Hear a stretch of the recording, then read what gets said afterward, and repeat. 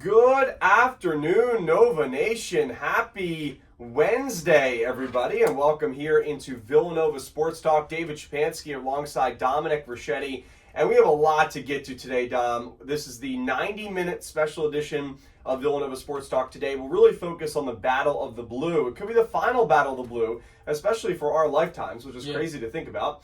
But that'll be coming up on Saturday, Villanova versus Delaware in football. We'll kind of break that down mainly in the second half of today's show. We'll spend about 45 minutes to an hour on it. And joining us at 1 p.m. will be Ryan Fannin. Ryan will come on and as we'll preview Villanova versus Delaware and also quickly recap Villanova versus Monmouth because that was a really disappointing loss for the Cats. We'll begin today's show. We'll talk about the poll questions, and then we'll also get into some Villanova men's and women's basketball updates. We would like to talk more about it, but just because of the nature of the Battle of Blue and what it means for Villanova's playoff standards, and of course Ryan joining us too, we'll really focus on football, but a lot to talk about in the Villanova world.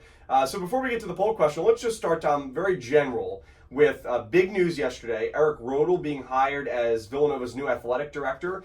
He will take that position beginning in the 2025 year, so in January of 2025. Coming over from the University of Oregon, has been their deputy AD since 2016, has been with Oregon since 2012. Prior to that was with Temple, so the other Philly Big Five school on Broad Street. But he's also a Villanova alum, which I know a lot of people are very excited about. You know, he's well accomplished, even though he's not a household name. I think a lot of people would say he's well accomplished, has been with Pac-12 leadership for some years, and now he gets to come back home and help his, alma mater hopefully win some championships. So Dom, first of all, how are you doing today? And kind of just, I don't want to skip over it because it's obviously very important, and I wanted to address Eric Rodel at the very beginning of today's show. So kind of initial reaction to that as well. Yeah, I like the hire. I think he's coming from a good program that's very student-oriented over at Oregon, and definitely player-oriented, which I think is how college athletics is going in that direction, more player-oriented than program-oriented that we see in the past with NIL and the transfer portal. Players have more and more control over sort of what they're doing. So I think this is a good direction for Villanova to go in if they're trying to get ahead of what's probably coming in with a huge emphasis on player value, how you're going to pay players to part of recruiting is now going to be how much money can I offer you, has been now for a couple of years. And Oregon was always very, very good at that, at the NIL stuff, at drawing individual, highly touted prospects to their programs. So I think he brings sort of a new sort of energy, a new sort of maybe philosophy when it comes to recruiting, in all sports, in coming to Villanova, coming from, Oregon, which was Pac-12, maybe a brief stint in the Big Ten now. I don't know if that really helps his, expertise, anything, only being in the Big Ten for 3-4 months. But it's definitely a new sort of change, I think, to, collegiate athletes, and it starts with this hire of Eric Rodel, which I'm excited about. I think it's a good hire. I agree, Dom. I think Nova Nation should be very excited about it.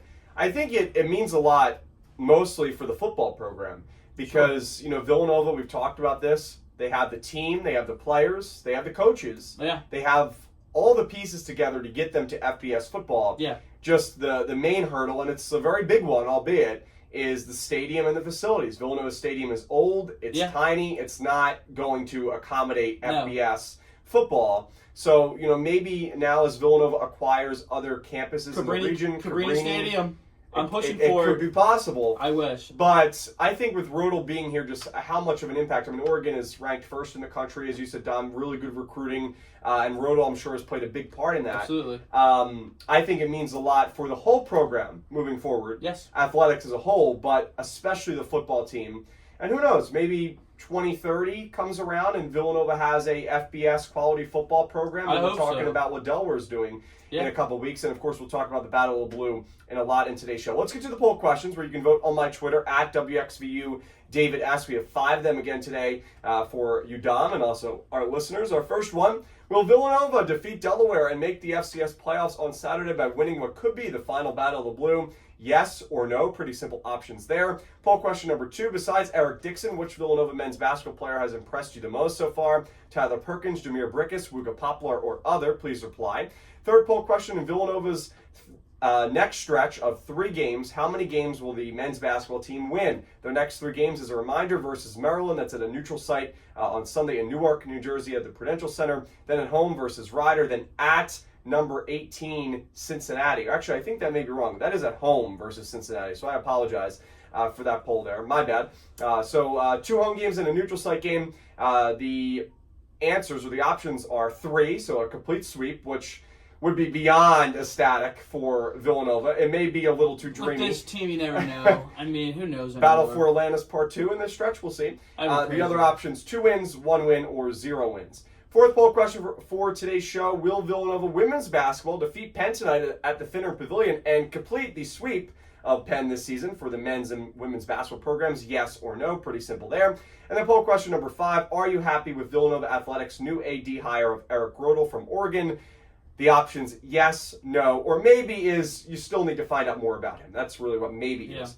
But if you can, try to pick yes or no. We'll get your thoughts. At the end of today's show, Dominic and I will discuss it as always. All right, obviously a lot to get to. Again, Ryan Fannin joining us at 1 p.m. David Szczepanski alongside Dominic Richetti here on WXVU, Villanova Sports Talk. Let's start, Dom, with Villanova men's basketball. The Wildcats in action last night against Penn. Final score, Villanova 93, the Penn Quakers 49. Villanova snapped their 4-game consecutive losing streak against Philly Big Five schools, dating back to their loss at the Palestra against Penn last year in November. So good to see the Wildcats finally break that streak, and they did so in a big way. They won by 44 points when it was all said and done last night at the Finn.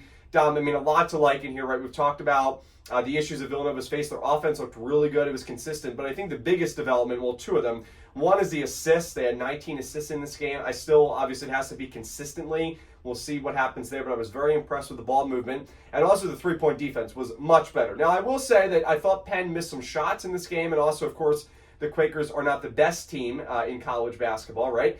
But I thought the 3-point defense was very good. They held Penn to 29% from behind the arc, 26.9% from the field in this game. So those are my 2 biggest takeaways in here. But I think there's a lot to be happy about for Villanova. I'm just not convinced that we're going to see this team night in and night out. No, we're not. And I thought Villanova played, I don't think they played better than they did against NJIT, but I thought they played well today, or last night, because they went on that 17-0 run to close the first half. It was 26-26. The first half ended 43-26. When it was 26-26 and Penn was still in the game, I was nervous. But then they got control of the game. They went on that 17-0 run. But there was a lot of causes of concern for me, especially in that first half. And with the entire game, I thought they played a lot better. I thought they played more as a offense last night. As you said, 19 assists is very, very good. I mean, they did have 33 made field goals, which is a lot of field goals. They only had 11 free throws attempted, so they were shooting the ball a lot. 62 shot attempts is a lot of shot attempts in a basketball game. I mean, they scored 93 points, which was good. I don't know if they've broken 100 points since my freshman year, but I thought the offense played together a lot more than they have recently. I mean, I think going back to that St. Joe's game, Villanova finished with under 10 assists in that game, which was really, really bad. But all around they played good. I thought Eric Dixon played well. He hit 4 threes, I think, which was very, very good. It's always nice to have him out there and as a threat to shoot that 3-point ball, especially, him taking on sort of the power forward role now that we have some size that can back him up. He's going to need to be a threat to shoot that ball from out there, which I thought he showed off well here. I thought Tyler Perkins played excellent. I thought Brickus played excellent. I thought Poplar off the bench was good. I understand that he's going to be starting, but I didn't hate him off the bench. I know he's too good to come off the bench, but if he can, I know he still played 24 minutes. Yeah, he in did. The game. Which I was similar to what DiVincenzo would do in that 2018 team, where he would play more minutes than a lot of the starters. That's not going to be a permanent thing they do, but I thought it kind of worked. I don't know. I didn't hate it. He still finished with 19 points off the bench and played the majority of the minutes with the starters, but that's just something I think could go into consideration if bench scoring goes down. Maybe move Poplar to the bench, but again, I thought they played well. I thought the guards played extremely well too last night, which was nice. And Villanova shot 60% from behind the arc in this game. Jameer Brickus, perfect, 4 for 4 from behind the arc. Eric Dixon, as Dom said, 4 for 5. A lot to like here, and I said it last night on the broadcast, and I think a lot of it has to do with Villanova just isn't playing winning basketball a whole lot right now. No. But we really need to stop and acknowledge how lucky we are to have Eric Dixon in our basketball program. Oh. I mean, 23 points. He's now scored at least 20 points in all 5 games that he's played in to begin the season. Of course, he missed the season opener against Lafayette. He was serving that 1-game suspension. But, I mean, Dixon, I mean, he's just really, really good.